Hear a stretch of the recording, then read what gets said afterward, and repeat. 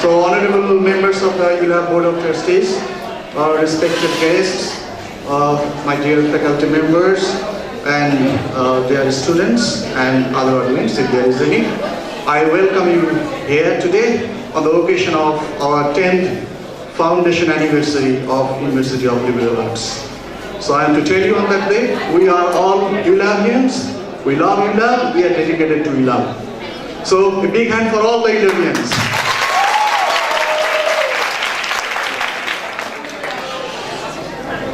Well, myself, Muntasir Mamun, I am the advisor of Theatre ULAB and also a teacher in the English department. Well, so I am expected to speak in Bangla today, but forgive me if I make any mistake, since I am a teacher from English department, but I will try my best. So, শরতের এই স্নিগ্ধ সন্ধ্যায় আপনাদের সকলকে আজ আমন্ত্রণ জানাচ্ছি আমাদের আজকের আয়োজনে সঙ্গী হবার জন্য। আমরা থিয়েটার ইলাম থেকে আজ পরিবেশন করতে যাচ্ছি রবীন্দ্রনাথ ঠাকুরের বিখ্যাত নাটক ডাকঘর। আপনারা হয়তো অনেকেই ভাবতে পারেন ডাকঘর কেন, এখন কেন, কারণ আমরা তো এখন মোবাইল ইউজ করছি, ইন্টারনেট ইউজ করছি, ডাকঘর কেন, এর প্রাসঙ্গিকতা আছে কিনা আজকের এই 21st সেঞ্চুরিতে। কিন্তু আমি বলতে চাই হয়তো এই ডাকঘরটি সেই ডাকঘর নয়। রবীন্দ্রনাথ যে ডাকঘর লিখেছেন তা আজও যথেষ্ট প্রাসঙ্গিক, অনেকাংশেই প্রাসঙ্গিক,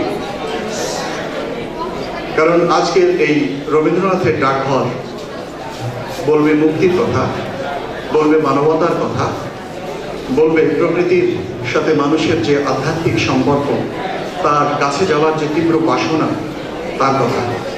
সুতরাং রবীন্দ্রনাথ কখনোই বাঙালি জীবনে অপ্রাসঙ্গিক হতে পারেন না, তিনি সবসময় প্রাসঙ্গিক।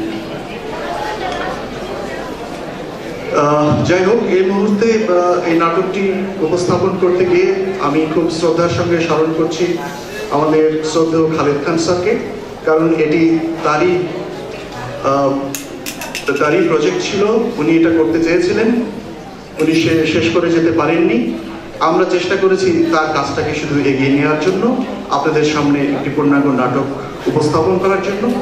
আর এই কাজে আমাদের সাহায্য করেছেন খালেদ খান স্যারের সুযোগ্য সহচর, আমি বলবো মিস্টার মুস্তাফিজ শাহিন। আমি মিস্টার মুস্তাফিজ শাহিনকে আমার অন্তরের অন্তঃস্থল থেকে ধন্যবাদ জানাচ্ছি আমাদের সঙ্গে সম্পৃক্ত হওয়ার জন্য এবং এই নাটকটি শেষ করতে সাহায্য করার জন্য। আমরা মুস্তাফিজ শাহিন ভাইয়ের জন্য একটি তালি দিতে চাই।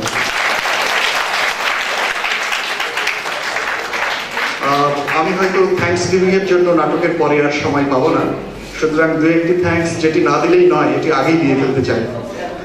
একজনকে থ্যাঙ্কস না দিলে চলেই না, তিনি হচ্ছেন জুগিথা ম্যাডাম। ওনার অনুপ্রেরণা, ওনার উৎসাহ, সেটারই ফলাফল আজকে আমরা পরিবেশন করতে যাচ্ছি রবীন্দ্রনাথের ডাকঘর। সুতরাং জুগিথা ম্যাডামের জন্য একটি তালি।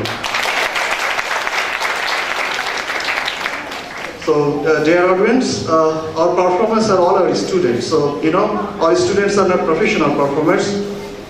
They will expect cooperation from you. এবং আরেকটি ব্যাপার হচ্ছে, আমি বক্তব্য দিচ্ছি মাইক্রোফোন দিয়ে, কিন্তু নাটকের সময় কোনো মাইক্রোফোন থাকবে না, কোনো শব্দবর্ধক যন্ত্রের সাহায্য ছাড়াই তারা আপনাদের কাছে তাদের সংলাপটি পৌঁছানোর চেষ্টা করবে। সো আমি আপনাদেরকে অনুরোধ করব নাটক চলাকালীন সময়ে কোনো শব্দ না করার জন্য। কারোর সঙ্গে দয়া করে কথা বলবেন না, অথবা চেয়ারটিকে ঠেলে হয়তো কোনো শব্দ তৈরি হতে পারে, এই ধরনের ব্যাপারে আপনারা একটু সতর্ক থাকবেন, আপনাদেরকে বিনীত অনুরোধ জানাচ্ছি। সুতরাং আমি আর কথা বাড়াতে চাই না, আসুন আমরা একসাথে উপভোগ করি রবীন্দ্রনাথ ঠাকুরের নাটক ডাকঘর। ধন্যবাদ।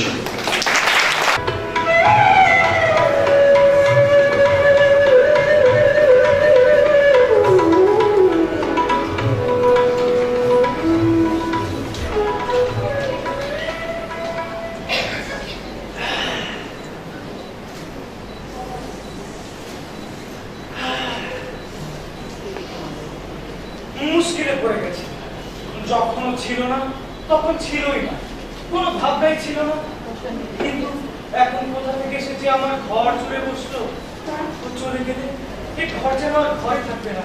আচ্ছা কবিরাজ মশাই, আপনি কি মনে করেন ওকে?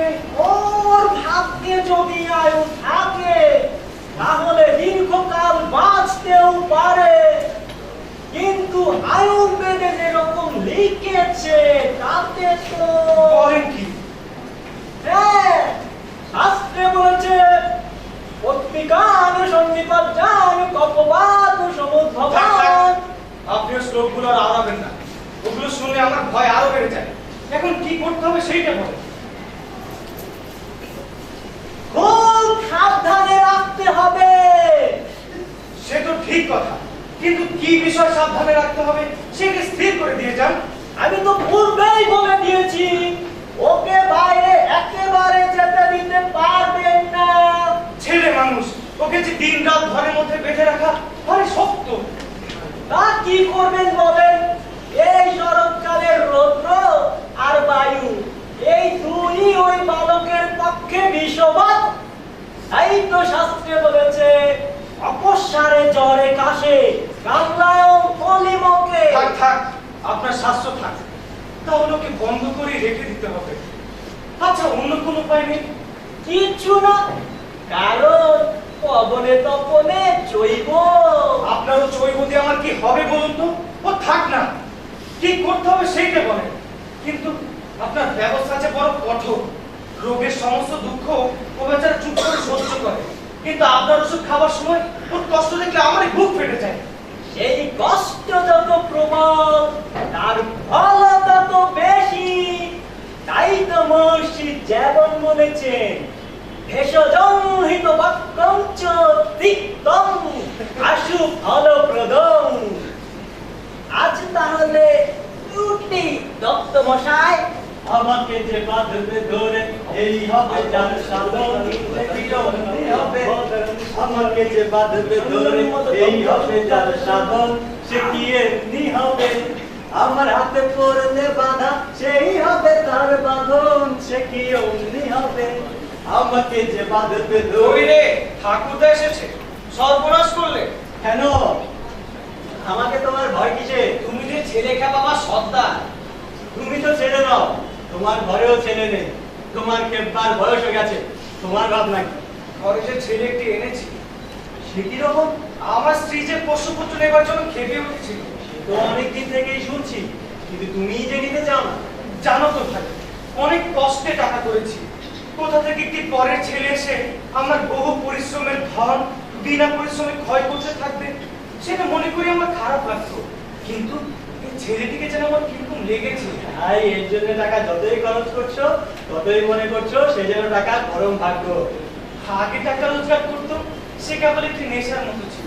রোজগার না করে কোনোভাবে থাকতে পারতাম না, কিন্তু এখন যে টাকা করছি তা সবই ওই ছেলে পাবে জেনে উপার্জনে কি ভারী আনন্দ পাচ্ছি। আহা, বেশ বেশ, তা ছেলেটি কোথায় পেলে বলো দেখি?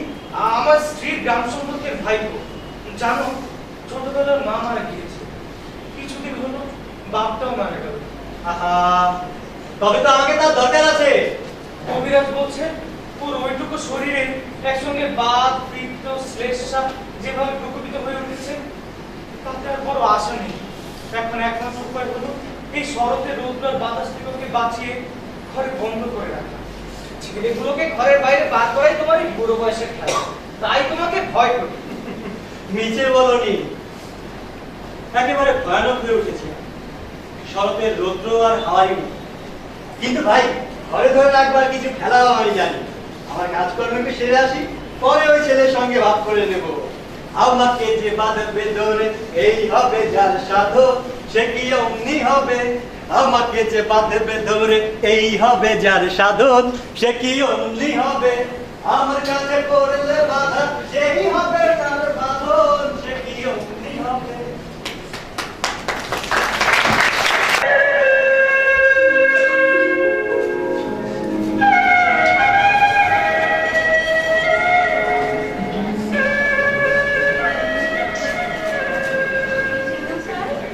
কি অমর? আমি কি ওই উঠোনটা যেতে পারবো না? না বাবা, ওই যেখান থেকে পিসিমার টাকা দিয়ে ডাল বলি, ওই দেখো না, যে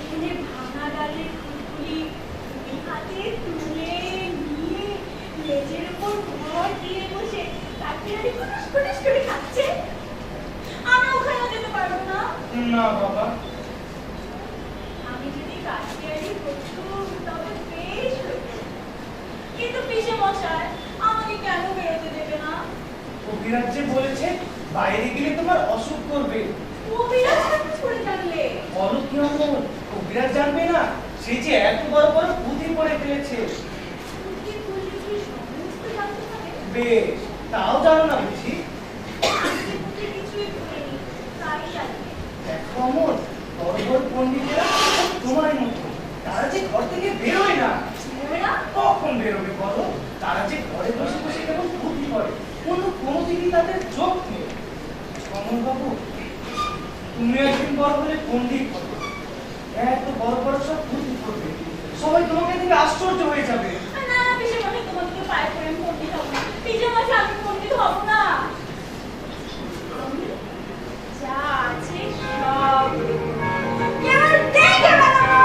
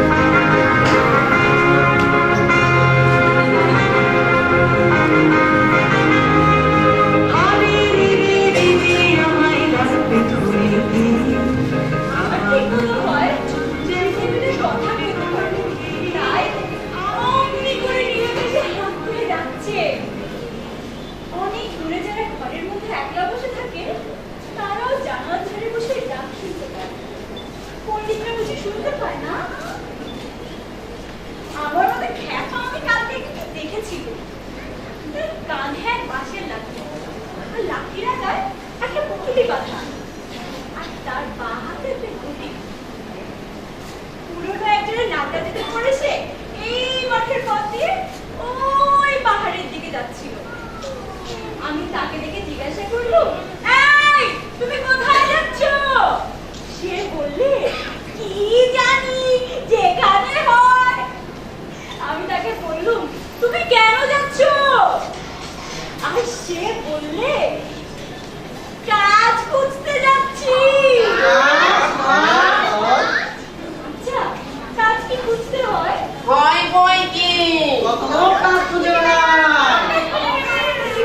বেশ তো, তবে আমিও তাদের মধ্যে কাজ খুঁজে বেড়াবো। যদি না পাই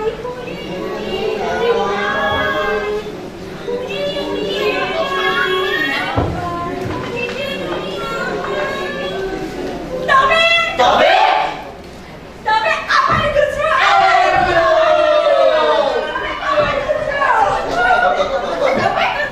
তারপর সেই নামরাজকে পড়া লোকটা চলে গেল।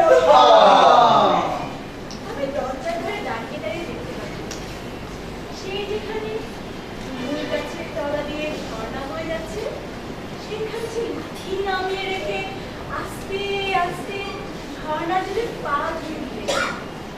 তারপরে পুকুরে খুলে ছাতু বের করে জল দিয়ে মেখে নিয়ে খেতে লাগলো।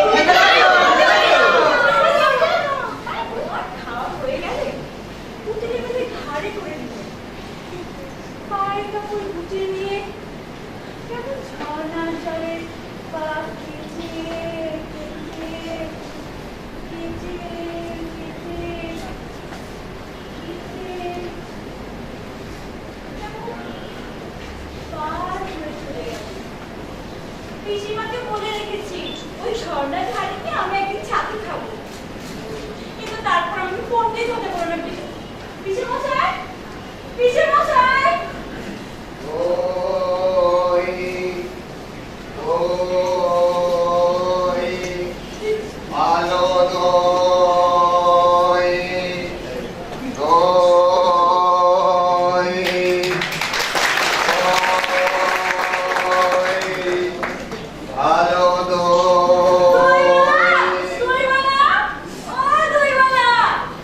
ডাকছো কেন? দই কিনবে? কেমন করে কিনবো? আমার কাছে তো পয়সা নেই। কেমন ছেলে তুমি? দই কিনবে না তো আমার বেলা বইয়ে দাও কেন? দই। আমি যদি তোমার সাথে যেতে পারতুম তবে যেতুম। আমার সঙ্গে? হ্যাঁ, তুমি যে কত দূর থেকে হাঁটতে হাঁটতে চলে যাচ্ছ শুনে আমার মন কেমন করছে। বাবা, তুমি এখানে বসে কি করছো? কবিরাজ আমাকে বাইরে বেরোতে বারণ করেছে, তাই আমি সারাদিন এখানে। আহা, বাচ্চা তোমার কি হয়েছে? জানি না আমার কি হয়েছে। আমি তো কিছু করিনি, তাই আমি জানি না আমার কি হয়েছে। জয়না, তুমি কোথা থেকে আসছো? আমি আমাদের গ্রাম থেকে আসছি। তোমাদের গ্রাম? অনেক দূরে তোমাদের গ্রাম? আমাদের গ্রাম সেই পাঁচকুড়া পাহাড়ের তলায়, সামনে নদীর ধারে। পাঁচমুড়া পাহাড়, সামনে নদী। কি জানি, হয়তো তোমাদের গ্রাম আমি দেখেছি, কিন্তু কবে জানি ঠিক মনে পড়ছে না। তুমি দেখেছো? পাহাড় তলায় কোনোদিন গিয়েছিলে নাকি? না না না না, কোনোদিন যাইনি, কিন্তু আমার মনে হয় যেন আমি দেখেছি। অনেক পুরনো কালে খুব বড় বড় গাছের তলায় তোমাদের গ্রাম। একটা লাল রঙের রাস্তা থাকে না? ঠিক বলছো? সেখানে পাহাড়ের গায়ে সব গরু চড়ে বেড়াচ্ছে। কি আশ্চর্য! আমাদের গ্রামে বড় চরে বই কি, খুব চরে। আর সেখানে মেয়েরা সব নদী থেকে জল তুলে মাথায় কলসি করে নিয়ে যায়, তাদের লাল শাড়ি পরা। বাবা, একদম ঠিক। আমাদের গয়লা পাড়ার সব মেয়েরা নদী থেকে তো জল তুলে নিয়ে যায়, তবে তারা যে সবাই লাল শাড়ি পরে তা নয়। কিন্তু বাবা, তুমি নিশ্চয়ই কোনোদিন সেখানে গিয়েছিলে। সত্যি বলছি দইবালা, কখনো যাইনি। কিন্তু কবিরাজ সেদিন আমাকে বাইরে বেরোতে বলবে, তুমি নিয়ে যাবে আমাকে তোমার সঙ্গে। যাবো বই কি, নিশ্চয়ই নিয়ে যাবো। আর আমাকে তোমার মতো এরকম দই বেচতে শিখিয়ে দিও। ওরকম বাঁক কাটে দিয়ে, ওরকম খুব দূরে রাস্তা দিয়ে। মরে যায়, তুমি দই বেচতে যাবে কেন? তুমি তো এত এত পুঁথি পড়ে পণ্ডিত হয়ে উঠবে। না না না না, আমি কখনো পণ্ডিত হবো না। আমি আমি তোমাদের পথের তলায় ওই গয়লাপাড়া থেকে দই নিয়ে এসে গ্রামে গ্রামে দেশে দেশে বেঁচে বেড়াবো। কেমন করে তুমি বলো? দই দই ভালো, আমাকে শিখিয়ে দাও। হায় পড়া বাবা, এ শুরু কি শেখবার সুর? না না, ও শুনতে আমার খুব ভালো লাগে। আকাশের খুব শেষ থেকে পাখির ডাক শুনতে মন কেমন উদাস হয়ে যায়, তেমনি ওই রাস্তার মোড় থেকে ওই গাছের সারির মধ্য দিয়ে যখন তোমার ডাক এসেছিল, আমার মনে হচ্ছিল, কি জানি কি মনে হচ্ছিল। বাবা, একবার দই তুমি নাও। না না, আমার তো পয়সা নেই। না না না না, পয়সার কথা বলো না। তুমি আমার একবার দই নিলে আমি যে কত খুশি হব। দইওয়ালা, তোমার কি দেরি হয়ে গেল? না বাবা, আমার কোনো দেরি হয়নি, আমার কোনো লোকসান হয়নি। দই বেচতে যে কত সুখ, তা তোমার কাছ থেকে শিখে নিলুম। দই দই ভালো দই, পাঁচমুড়া পাহাড়ের তলায় সামনে নদীর ধারে গোয়ালাদের বাড়ির দই দই।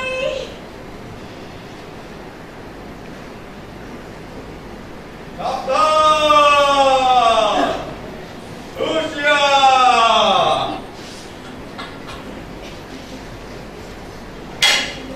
হুঁশিয়ার! সাবধান!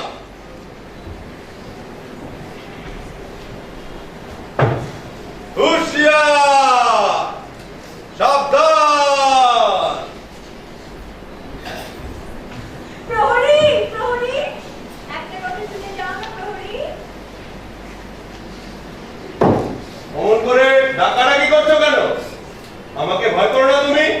কেন? তোমাকে কেন ভয় করবো? যদি তোমাকে ধরে নিয়ে যাই? কোথায় ধরে নিয়ে যাবে? অনেক দূরে, ওই পাহাড়টা পেরিয়ে। যদি তোমাকে রাজার কাছে ধরে নিয়ে যাই? রাজার কাছে? নিয়ে যাও না আমাকে প্রহরী। কবিরাজ যে আমাকে বাইরে বেরোতে বারণ করেছে। আমাকে কেউ কোথাও ধরে নিয়ে যেতে পারবে না। আমাকে দিন রাত্রি কেবল এইখানেই বসে থাকতে হবে। কবিরাজ বারণ করেছে? তাই বটে। আচ্ছা, তুমি ঘন্টা বাজাবে না প্রহরী? এখনো সময় হয়নি। কেউ বলে সময় বয়ে যাচ্ছে, আর কেউ বলে সময় হয়নি। আচ্ছা, তুমি ঘন্টা বাজালে তো সময় হবে। তাই কি হয় নাকি? সময় হলে তবেই না আমি ঘন্টা বাজিয়ে দেই। তুমি তো দেখছি কিছুই জানো না। বেশ লাগে তোমার এই ঘন্টা। তোমার ঘন্টা যখন বাজে, ঢং, ঢং, ঢং, আর আমার মন কেমন করে। আচ্ছা প্রহরী, কি বাবা? আচ্ছা, ওই যে রাস্তার উপরে বড় বাড়িটার মধ্যে মিশিয়ে হয়ে গিয়েছে, আর ওখানে লোকজন কেমন আসছে যাচ্ছে, ওখানে কি হয়েছে?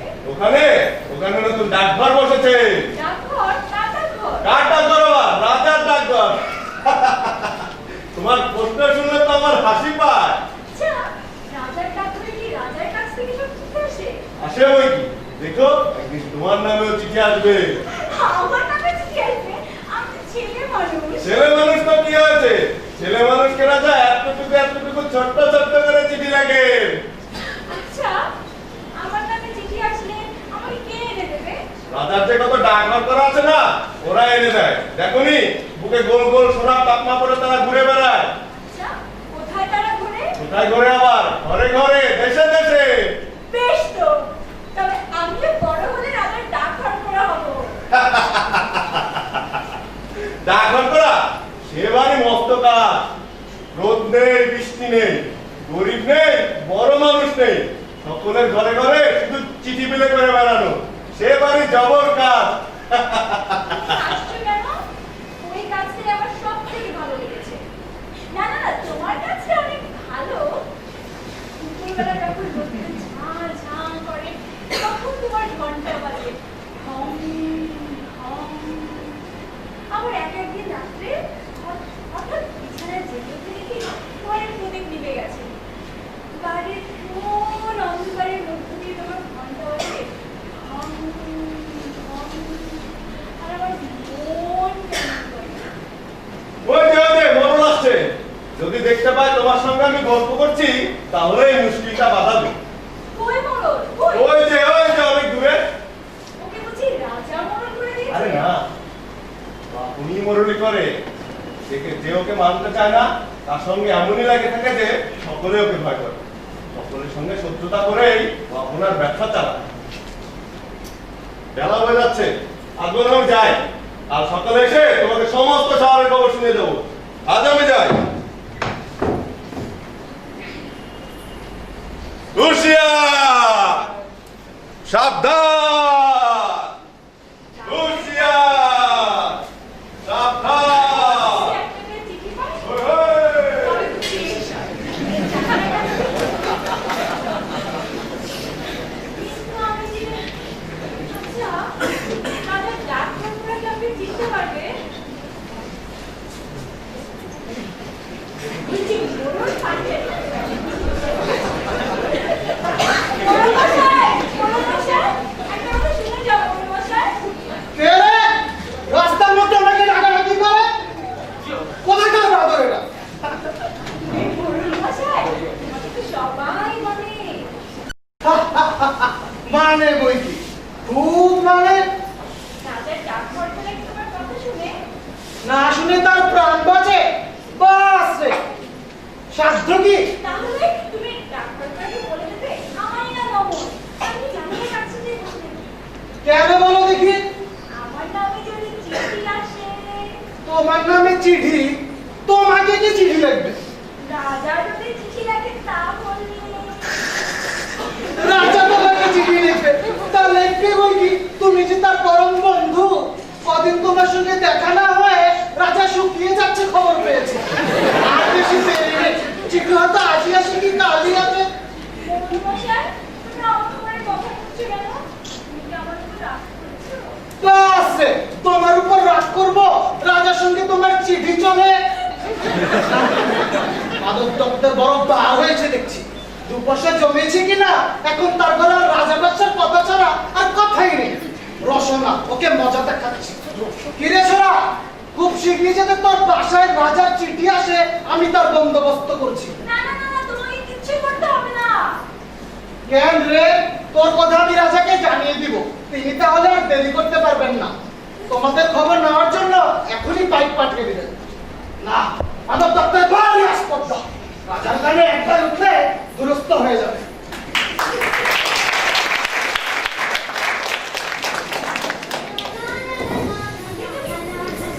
কে তুমি?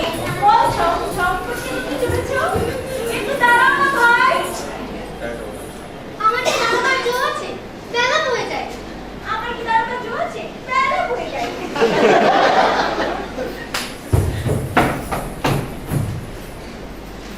তোমার দাঁড়াতে ইচ্ছা করছে না? আমার আর এখানে বসে থাকতে ইচ্ছা করে না। তোমাকে দেখে আমার মনে হচ্ছে যেন সকাল বেলা সারা। তোমার কি হয়েছে বলো তো?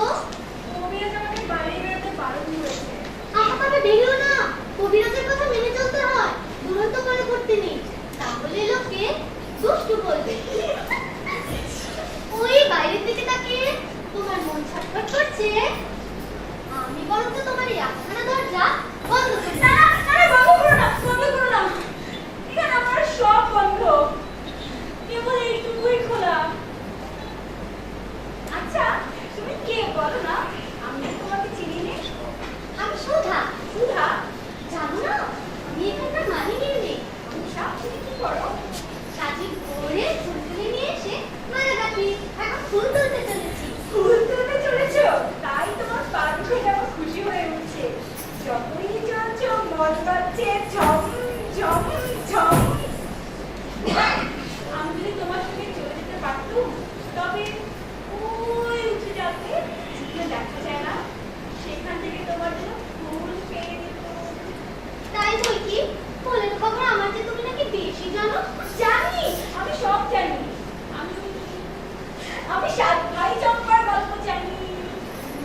আমার কি মনে হয় জানো, আমাকে যদি সবাই ছেড়ে দেয়, তাহলে আমি চলে যেতে পারি খুব ভালো বইয়ের দিকে, যেখানে রাস্তা খুঁজে পাওয়া যায় না। উঁচু ডালের সব আগায়, যেখানে ময়না পাখি বসে বসে দোলা খায়। আমি সেখানে চাপা হয়ে ঘুরতে পারি। তুমি আমার পারুল দিতে হবে। উফ, কি বুদ্ধি তোমার! আনন্দিতে আমি কি করে হব? আমি যে সুধা, আমি শশী মালিনীর মেয়ে। আমাকে রোজ একলা তো মালা বাঁধতে হয়। আমি যদি তোমার মধ্যে এখানে বসে থাকতে পারতুম, তাহলে কেমন মজা হতো। তাহলে সমস্ত দিন কি করতে? আমার বেবি বউ পুতুল আছে, ওর বিয়ে দিতুম। বিয়ে আছে, ওকে নিয়ে যাই। বেলা বয়ে যাচ্ছে, দেরি হলে ফুল আর থাকবে না। আমার সঙ্গে আরেকটু গল্প করো না, আমার খুব ভালো লাগছে। আচ্ছা বেশ, তুমি তাহলে দুষ্টুমি করো না। লক্ষ্মী ছেলে হয়ে স্থির হয়ে এখানে বসে থাকো। আমি ফুল তুলে ফেরবার পথে তোমার সঙ্গে গল্প করে যাবো। আর আগে কি ফুল দিয়ে যাবে? ফুল অমনি কেমন করে দেবো? দাম দিতে হবে যে। আমি যখন বড় হবো তখনই না দাম দিয়ে দেবো। আমি কাজ খুঁজতে চলে যাব ওই ঝর্ণা পাড়ে, তখন তোমাকে দাম দেবো। আচ্ছা বেশ, তবে তুমি ফুল তুলে আসবে। আসবো। আসবে। আসবো। আমার নাম অমল, মনে থাকবে তোমার? না বলবো না, দেখো মনে থাকবে।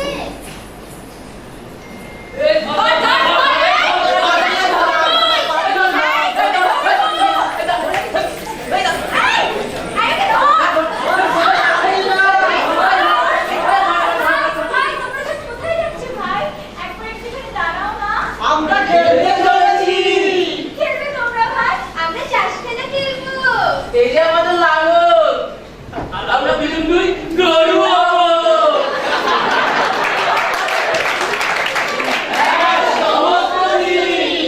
তাই নয়, সন্ধ্যের সময় যদি ধার দিয়ে দিয়ে বাড়ি ফিরে আসবে, আমার এই ঘরের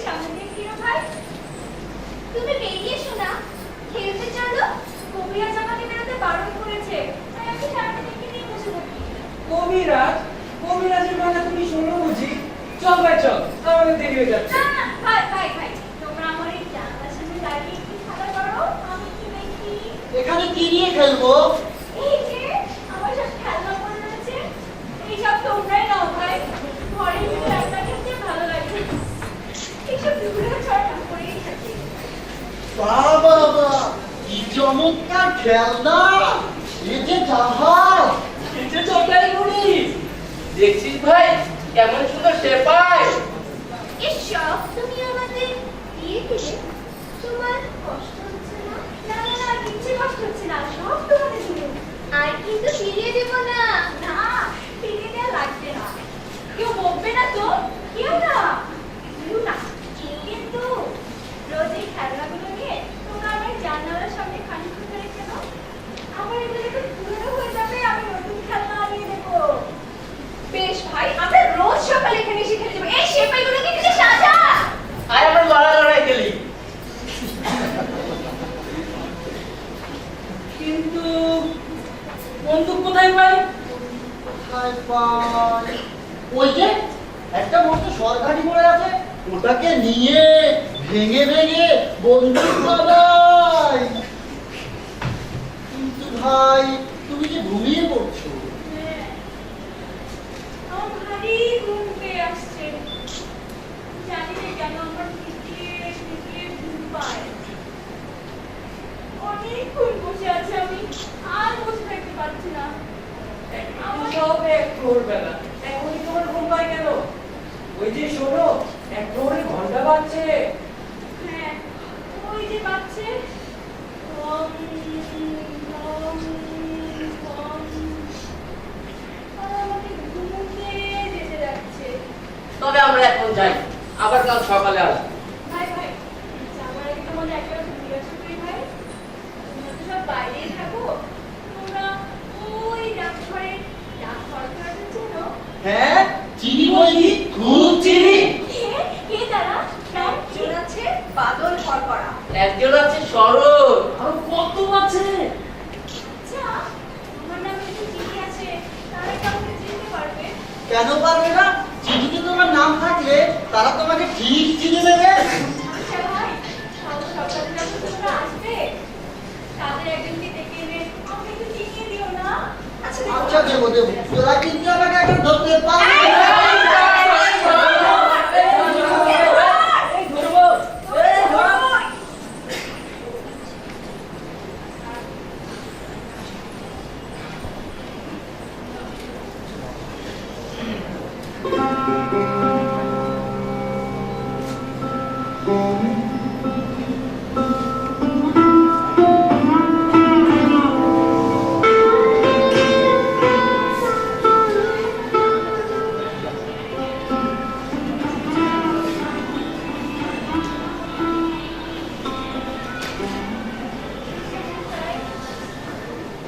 আজ আবার সেই জানালার কাছে তো যেতে পারবো না। সন্ধে এত বাড়ি পড়েছে। হ্যাঁ বাবা, সেখানে রোজ রোজ বসে থেকেই তো তোমার ব্যায়ামও বেড়ে গেছে। না, পিছে বসে না। আমার তেমন কথা আমি কিছু জানি নে। কিন্তু সেখানে থাকলে আমি খুব ভালো থাকি। সেখানে বসে বসে তুমি রাজ্যের যত ছেলে বুড়ো সকলের সঙ্গে ভাব জমিয়েছো। রোজ আমার দরজার সামনে যেন এক মস্ত মেলা বসে যায়। এদিকে কখনো শরীর থেকে দেখো দেখি, আজ তোমার মুখখানা কেমন ফ্যাকাশে দেখাচ্ছে। পিছে মশাই, আমার সেই ফকিররা তো আজ আমাকে জানালার কাছে দেখতে না পেয়ে চলেই যাবে। তোমার আবার ফকির কে? সেই যে আমার কাছে সে নানা দেশ বিদেশের গল্প করে দেয়, সেই শুনতে আমার ভারী ভালো লাগে। কই, আমি তো কোনো ফকিরকে জানিনি। এই শীতকাল আসবার সময় হয়ে গেছে। পিছে মশাই, তোমার কথা পায়ে পড়ি, তুমি তাকে একবার বলে এসো না, সে যেন একবার এসে আমার ঘরে বসে। এই যে ফকির, ফকির এসো, আমার বিছানায় এসে বসো। কে কি? এ যে আমি ফকির। তুমি যে কি নাও তা ভেবে পাই। এবারে তুমি কোথায় গেছিলে ফকির? আমি আমি ক্রঞ্চ দ্বীপে গিয়েছিলুম, সেইখান থেকেই মাত্র আসছি। ক্রঞ্চ দ্বীপে? এতে আশ্চর্য হও কেন? আমাকে তোমাদের মতো পেয়েছো? আমার তো যেতে কোনো খরচ নেই, আমি যেখানে খুশি যেতে পারি। তোমার ভারী মজা। আচ্ছা, আমি যখন ভালো হবো তুমি তখন আমাকে তোমার চেলা করে নিতে বলেছিলে, মনে আছে তুমি? খুব মনে আছে। আবার এমন সব মন্ত্র শিখিয়ে দেবো যে পাহাড়ে, সমুদ্রে, অরণ্যে কোথাও কিছুতে বাধা দিতে পারবে না। কিসব পাগলের মতো কথা হচ্ছে তোমাদের? ভালো বল, পাহাড়, পর্বত, সমুদ্রকে ভয় করিনি, কিন্তু তোমার এই পিসিটির সঙ্গে যদি আবার কবিরাজ এসে জোটেন, তাহলে আমার মন্ত্রকে হার মানতে হবে। না না না না, পিজে মশাই, তুমি কবিরাজকে কিচ্ছু বলো না। আমি তাকে ছুঁয়েই থাকবো, আর কিচ্ছু করবো না। কিন্তু যেই দিন আমি ভালো হবো সেই দিন আমি ফকিরের মন্ত্র নিয়ে চলে যাব। নদী, পাহাড়, সমুদ্রে আমাকে আর ধরে রাখতে পারবে না। ছি বাবা, কেবল যাই যাই করতে নেই, শুনলে আমার মন কেমন খারাপ হয়ে যায়। নন্দিনীর তীরে তো আমাকে বলো না ফকির। সে ভারী আশ্চর্য জায়গা, সে পাখিদের দেশ, সেখানে মানুষ নেই। তারা কথা কয় না, চলে না, তারা গান গায় আর ওড়ে। পাহাড়, চমৎকার, সমুদ্রের ধারে সমুদ্রের ধারে বই কি সব নীল রঙের পাহাড় আছে। নীল পাহাড়েই তো তাদের বাসা। সন্ধ্যের সময় সেই নীল পাহাড়ের উপর সূর্যাস্তের আলো এসে পড়ে, আর ঝাঁকে ঝাঁকে সবুজ রঙের পাখি তাদের বাসায় ফিরে আসতে থাকে। সেই আকাশের রঙে, পাহাড়ের রঙে, পাখিদের রঙে সে এক কাণ্ড হয়ে ওঠে। পাহাড়ের গায়ে সব ঝর্ণা আছে। বিলক্ষণ। ঝর্ণা না থাকলে কি চলে? একেবারে হিরে গালিয়ে ঢেলে দিচ্ছে। আর তার কি নৃত্য! নুড়িগুলোকে ঠুম ঠাম করে বাজাতে বাজাতে কেবলই কল্পল ঝরঝর করতে করতে ঝর্ণাটি সমুদ্রে ঝাঁপিয়ে পড়ছে। কোনো কবিরাজের বাবার সাধ্য নেই তাকে একদণ্ড কোথাও আটকে রাখে। পাখিগুলো আমাকে নিতান্ত তুচ্ছ একটা মানুষ বলে যদি একবারে করে না রাখে, তাহলে এই ঝর্ণার ধারে তাদের হাজার হাজার বাসার এক পাশে বাসা দেবে। সমুদ্রের ঢেউ দেখে দেখে সমস্ত দিনটা কাটিয়ে দিত। আমি যদি পাখি হতো তাহলে তাহলে ভারী মুশকিল হতো। শুনলুম তুমি নাকি দইওয়ালাকে বলে রেখেছো বড় হলে তুমি দই বিক্রি করবে। পাখিদের মধ্যে তোমার দইয়ের ব্যবসাটা তেমন বেশ জমতো না। তোমার কিছু লোকসানই হতো। আমাকে শুধু খেপিয়ে দেবে দেখছি। আমি চললাম। পিছে মশাই, আমার সেই দইওয়ালা কিসে চলে গেছে? গেছে বই কি, তোমার ওই শখের ফকিরের তলপি হয়ে ক্রঞ্চদ্বীপের পাখির বাসায় উড়ে বেড়ালে তার তো আর পেট চলে না। সে তোমার জন্য এক হাত দই রেখে গেছে, আর বলে গেছে তার গ্রামে তার বংশীর দিন, তাই সে কলমিপাড়ায় বাসির ফরমাস দিতে গেছে, তাই বড় ব্যস্ত আছে। কিন্তু সে যে বলেছিল আমার সঙ্গে তার ছোট বোনটিকে বিয়ে দেবে। তবে তো বড় মুশকিল দেখছি। বলেছিল সে আমার টুকটুকে বউ হবে। তার নাকে ডোলো, একটা লাল তীরের শাড়ি, সকালবেলা কালো করে ধুয়ে নতুন মাটির ভাড়ে সে আমাকে ফেরা শুধু উঠতে হবে। আর সন্ধ্যেবেলা গোয়ালঘরের প্রদীপ দেখে এসে সে আমার কাছে বসে সাতটাই চপ্পার গল্প করবে। বাবা বাবা, আশা বলতো আমি যে ফকির মানুষ, আমারই লোভ হয়। তা বাবা ভয় নেই, এখনকার মতো বিয়ে দিক না। আমি তোমাকে বলছি, তোমার দরকার হলে ওর ঘরে কোনোদিন বঞ্চির অভাব হবে না। যাও যাও, আর পারা যায় না। ফকির, সে মশাইতে গিয়েছে। আমাকে তুমি বলো না, আমার নামে কি রাতঘরে রাতে চিঠি এসেছে? শুনেছি তো তার চিঠি রওনা হয়ে বেরিয়ে, সেই চিঠি এখন পথে আছে। পথে আছে? কোন পথে? সেই যে বৃষ্টি হয়ে আকাশ পরিষ্কার হয়ে গেলে ফুলের পথ দেখা যায়, সেই ঘন ফুলের পথে। তবে তো তুমি সব জানো দেখছি, সেই পথেই তো। আমি সব জানি ফকির। তাই তো দেখতে পাচ্ছি। কেমন করে জানলে? তা জানি, কিন্তু আমার মনে হয় যে আমি দেখতে পারি। মনে হয় যে আমি কতবার দেখেছি, সে অনেক দিন আগে। কিন্তু কত আগে তার থেকে আমার মনে পড়ে না।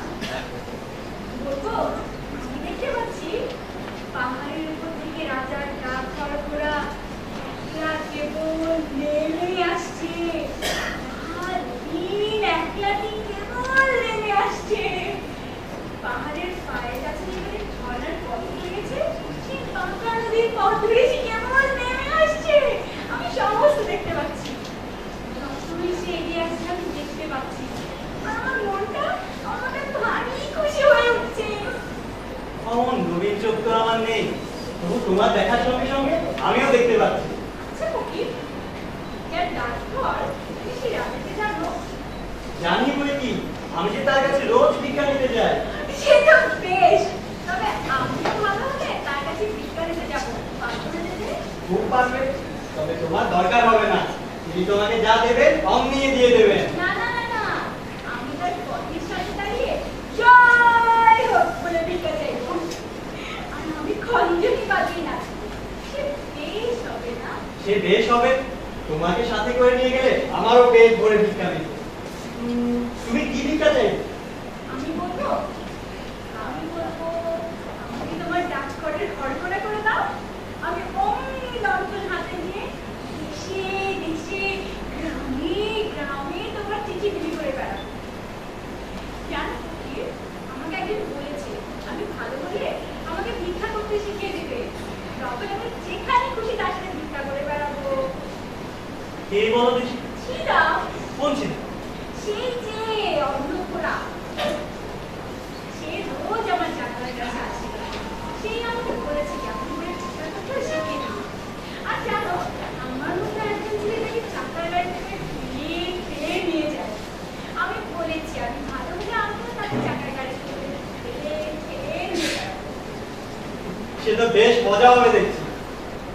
কিসের মধ্যে কি আমি বলি ওকে ভিক্ষা দিতে, তুমি কি বলে? তুমি বলে না তো মিথ্যা কানা মিথ্যা করা।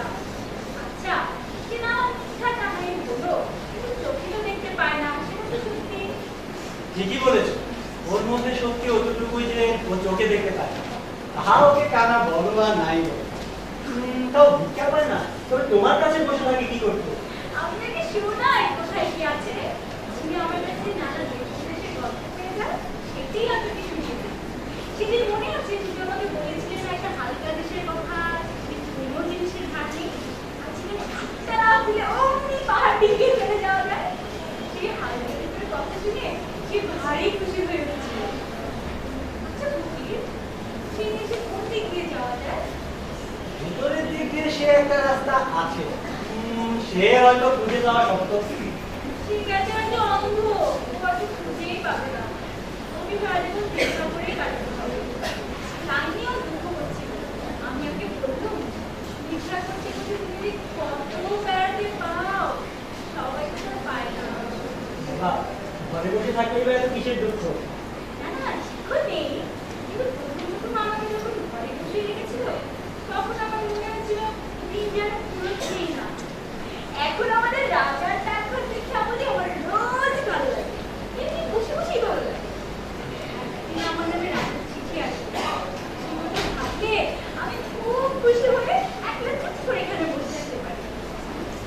কিন্তু নিজের আছে থাকবে তা তো আমি জানি নে। তা নাই জানলে তোমার নামটি তো লেখা থাকবে, তাহলেই হলো। তোমরা দুজনে মিলে একই ফেসা বাজিয়ে বসে আছো, বলো দেখি। কেন, হয়েছে কি? শুনছি তোমরা নাকি রটিয়েছো রাজা তোমাদের চিঠি লিখবেন বলে ডাকঘর বসিয়েছেন। তাতে হয়েছে কি? আমাদের পঞ্চানন মোড়ল সে কথায় রাজার গায়ে লাগিয়ে বেরামি চিঠি পাঠিয়েছে। সকল কথাই রাজার কানে ওঠে, সে কি আমরা জানি না? তবে সামনে চলো না কেন? রাজা বাসার নাম করে কোনো যাতা কথা মুখে আনো কেন? তোমরা যে আমাকে শুধু মুশকিলে ফেলবে। ফকির রাজাকে রাগ করবে। অমনি বললেই হলো, রাগ করবে। আমার মতো ফকির আর তোমার মতো ছেলের সাথে রাগ করে সে কেমন রাজাগিরি ফলায় তা দেখা যাবে। ফকির, আজ আমার চোখের উপর কেমন যেন থেকে থেকে অন্ধকার হয়ে আসছে। কথা বলতে আর ইচ্ছা করছে না। মনে হচ্ছে এই সব যেন স্বপ্ন। রাজা যেদিকে আসবে না ফকির, এখন আমি চোখে নিয়ে যায় যদি আসবে, চিঠি আসি আসবে। অমল বাবু,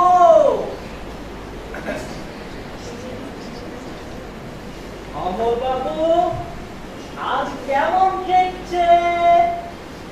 খুব ভালো কবিরাজ মশাই, মনে হচ্ছে আমার সব বেদনা চলে গেছে।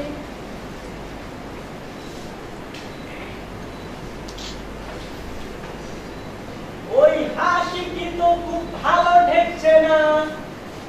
ওই যে বলছে খুব ভালো মনে হচ্ছে, ওটাই হলো খারাপ লক্ষণ। আমাদের চক্রধর দত্ত বলেছে, দোহাই কবিরাজ মশাই, আপনার চক্রধর দত্তের কথা রেখে দিন। ব্যাপারখানা কি? বোধ হচ্ছে আর ধরে রাখা যাবে না। আমি তো নিষেধ করে দিয়েছিলাম, কিন্তু বোধ হচ্ছে বাইরের হাওয়া লেগেছে। না কবিরাজ মশাই, আমি ওকে খুব করে আগলে সামনে রেখেছি, বাইরে যেতে দেইনি। আর তাছাড়া এই দরজা তো প্রায় বন্ধই থাকে। আমি দেখে এলুম তোমাদের সদর দরজা দিয়ে হু হু করে হাওয়া বইছে। ওটা একেবারেই ভালো নয়। তুমি যাও, ও দরজাটা বেশ ভালো করে তালা চাবি বন্ধ করে দাও। পরে যদি কেউ এসে পড়ে, খিড়কি দরজা আছে, ওই জানালাটা দিয়ে যে সূর্যাস্তের আলোটা আসছে, ওটাও বন্ধ করে দাও। ওতে রোগীকে বরং জাগিয়ে রেখে দেয়।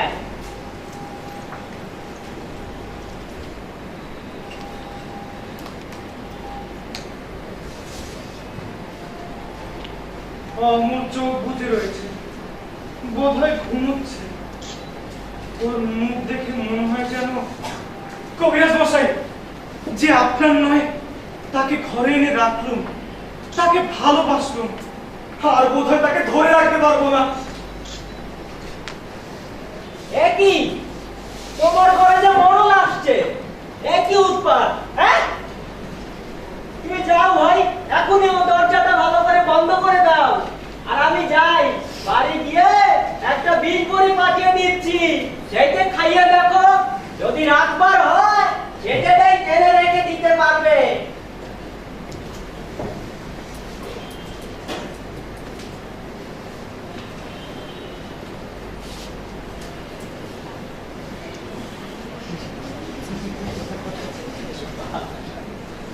কি রে ছোড়া?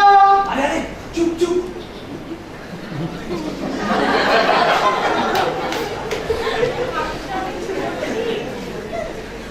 হয়নি। আমি সব শুনছি। আমি যেন অনেক দূরের কথা শুনতে পাচ্ছি। মনে হচ্ছে আমার মা, আমার বাবা আমার এই শিমুলের কাছে কথা বলছে। ও হে মাধব দত্ত, আজকাল তোমাদের যে খুব বড় বড় লোকের সঙ্গে সম্বন্ধ। বলেন কি মোড়ল মশাই, এমন পরিহাস করবেন না। আমরা নিতান্তই সামান্য লোক। কিন্তু তোমাদের এই ছেলেটি যে রাজার চিঠির জন্য অপেক্ষা করে আছে। ও ছেলে মানুষ, ও পাগল, ওর কথা কি ধরতে আছে? এতে আর আশ্চর্য কি? তোমাদের মতো যোগ্য ঘর রাজা পাবেন কোথায়? তাই দেখছো না তোমাদের জানালার ধারে রাজার নতুন ডাকঘর বসেছে। কি রে ছোড়া, তোর নামে চিঠি এসেছে যে? সত্যি? কি সত্যিটা হয়ে যায়? রাজা যে তোমার পরম বন্ধু, এই যে রাজার চিঠি। আমাকে ঠাট্টা করো না। ওকে ওকে তুমিই বলো না, কি সত্যি রাজার চিঠি? হ্যাঁ বাবা, আমি ফকির তোমাকে বলছি, এই সত্য তার চিঠি। কিন্তু আমি কেন কিছু দেখতে পাচ্ছি না? আমার চোখ সব সাদা হয়ে গেছে। মোড়ল মশাই, তুমিই বলে দাও না, ওতে কি লেখা আছে? রাজা লিখেছেন, আমি আজকালের মধ্যেই তোমাদের বাড়িতে যাচ্ছি। তোমাদের মরিমুরগির ভোগ আমার জন্য তৈরি করে রেখো। রাজপ্রসাদের আমার এক দণ্ড ভালো লাগছে না। মহারাজ মশাই, এমন পরিহাস করবেন না। পরিহাস? কিসের পরিহাস? পরিহাস করেন এমন সাধ্য আছে ওর? এ কি ঠাকুরদা, তুমিও খেপে গেলে নাকি? হ্যাঁ, আমি ভেবেছি, তাই আজ ওই সাদা কাগজে অক্ষর দেখতে পাচ্ছি। দাদা লিখছেন তিনি স্বয়ংমঙ্গলকে দেখতে আসছেন, তিনি তার রাজকবিরাজকেও সঙ্গে করে আনছেন। ফকির? ওই যে ফকির, শুনতে পাচ্ছ না? তার বাজনা বাজছে। উনি আরেকটু না খেপলে তো শুনতেই পাবেন না। মোড়ল মশাই, আমি মনে করছো তুমি আমার উপর রাগ করেছো। তুমি বুঝি আমায় ভালোবাসো না। তুমি যে সত্যি রাজার চিঠি আনবে আমরা ভাবতে পারিনি। নাও, আমাকে তোমার পায়ে তুলে দাও। ছেলেটার ভক্তি শ্রদ্ধা বলতে আছে, বুদ্ধি নেই বটে, কিন্তু মনটা ভালো।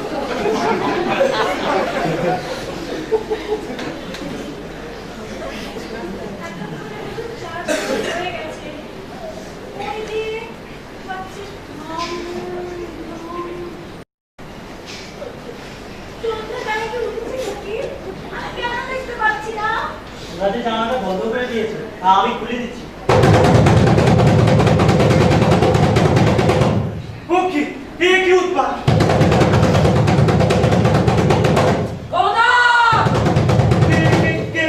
কে তোমরা? এ তো ডাকাত নয়। কে? আমি পঞ্চানন মরল, তোদের মনে ভয় নেই নাকি? দেখো একবার শব্দ থেমেছে, পঞ্চাননের আওয়াজই পেলে আর রক্ষা নেই। সে যত বই ডাকাতি হোক না কেন। দ্বার যে ভেঙে ফেলেছে।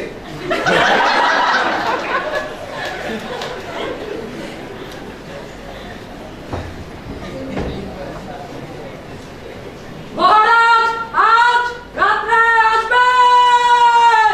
কি সর্বনাশ! কত রাত্রে দুধ, কত রাত্রে? আজ 2 প্রহর রাত্রে। যখন আমার বন্ধু প্রহরী নগরীর সিংহদ্বারে ঘন্টা বাজবে ডং ডং, তখন হ্যাঁ, তখন রাজা তার বালক বন্ধুটিকে দেখবার জন্য তার সকলের চেয়ে বড় কবিরাজকে পাঠিয়েছে।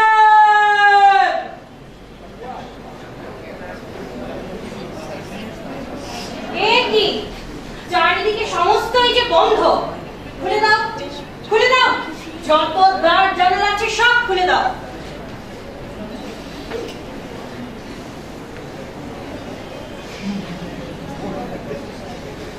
বাবা, তুমি কেমন বোধ করছো?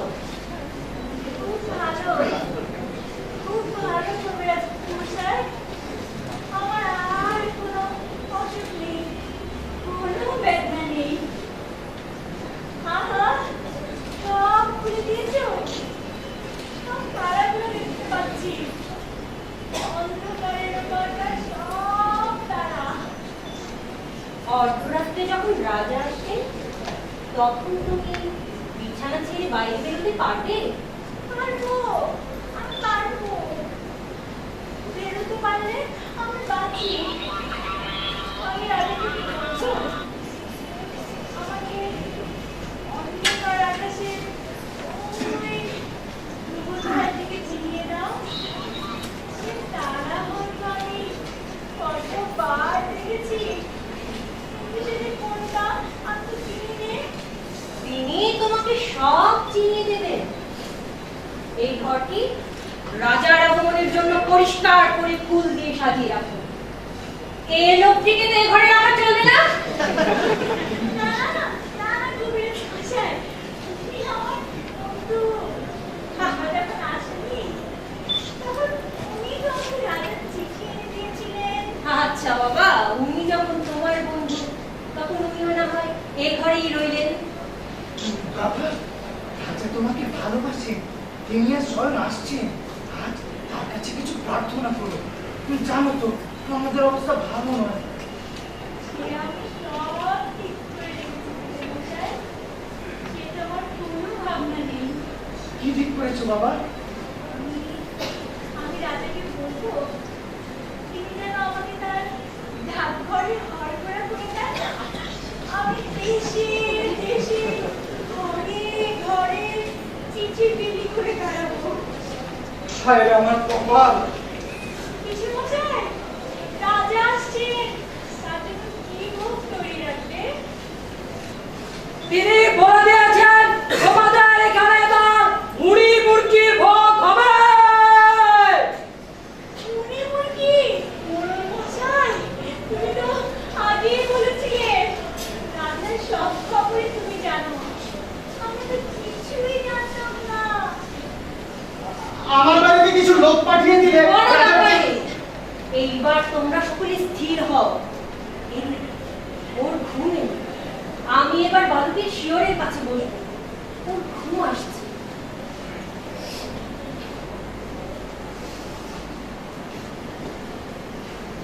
প্রদীপের আলোটি নিভিয়ে দাও। এবার আকাশের তারা থেকে আলো আসুন। ওর ঘুম এসেছে। ঠাকুরদা, তুমি আমার মূর্তিটির মতো হাত জোর করে নিরভয় তাকিয়ে আছো কেন? আমার যে বড় ভয় করছে। এইসব যা দেখছি এ কি ভালো লক্ষণ। ওরা ওরা আমার ঘর অন্ধকার করে দিচ্ছে কেন? এই তারার আলোতে আমার কি হবে? চুপ করো, অবিশ্বাসী, কথা কয়ো না। অমল, অমল, অমল, অমল, ও ঘুমিয়ে পড়ছে। তো আমি যে ওর জন্য ফুল এনেছি, ওর হাতে কি দিতে পারবো না? আচ্ছা, দাও তোমার ফুল। ও কখন যাবে? এখনই, যখন রাজা এসে ওকে ডাকে। তোমরাকে কানে কানে একটি কথা বলতে দেবে? কি বলবো? বলো যে